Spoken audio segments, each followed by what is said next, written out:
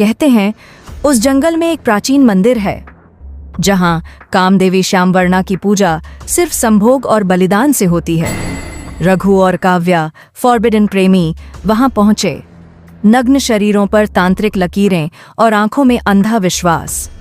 जैसे ही काव्या ने रघु को चूमा, मंदिर की दीवारें हिलने लगीं। उनके जिस्म एक हो रहे थे और जमीन की गहराइयों से कोई पुरानी देवी जाग रही थी। काव्या ने आंखें खोलीं। अब वो काव्या नहीं रही। उसकी आवाज गूंजने लगी, देह तो मिला, अब प्राण चाहिए। उसने रघु के सीने में काली कटार घोंप दी। रघु की चीख जंगल में गूंजी, फिर घास पर बिखर गया उसका रक्त। मंदिर की मूर्ति मुस्कुराई। श्यामवर्णा को एक और बलिदान मिल चुका था और काव्या अब जंगल की नई देवी बन चुकी थी। अगली अमावस की रात सागर जंगल में आया। बोलता था, तांत्रिक विद्या में विश्वास नहीं, लेकिन जिस्म की आग और काव्या जैसी लड़की के बुलावे ने उसे खींच लिया।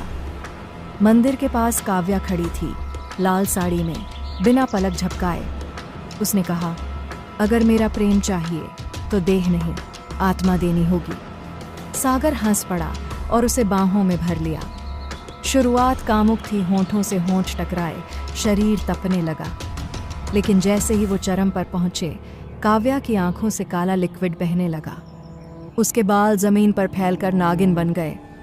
सागर की रीढ़ उसकी मुट्ठी में आ गई। वो चीखा, लेकिन आवाज बाहर नहीं आई, क्योंकि अब उसका मुंह सिल चुका था। काव्या ने बुदबुदाया, श्यामवर्णा को हर प्रेमी की आत्मा में एक टुकड़ा जोड़ना है। जब सब खत्म हुआ, मंदिर में एक नया दीपक जल चुका था। सागर की नंगी लाश दीवार पर उल्टी लटकी थी।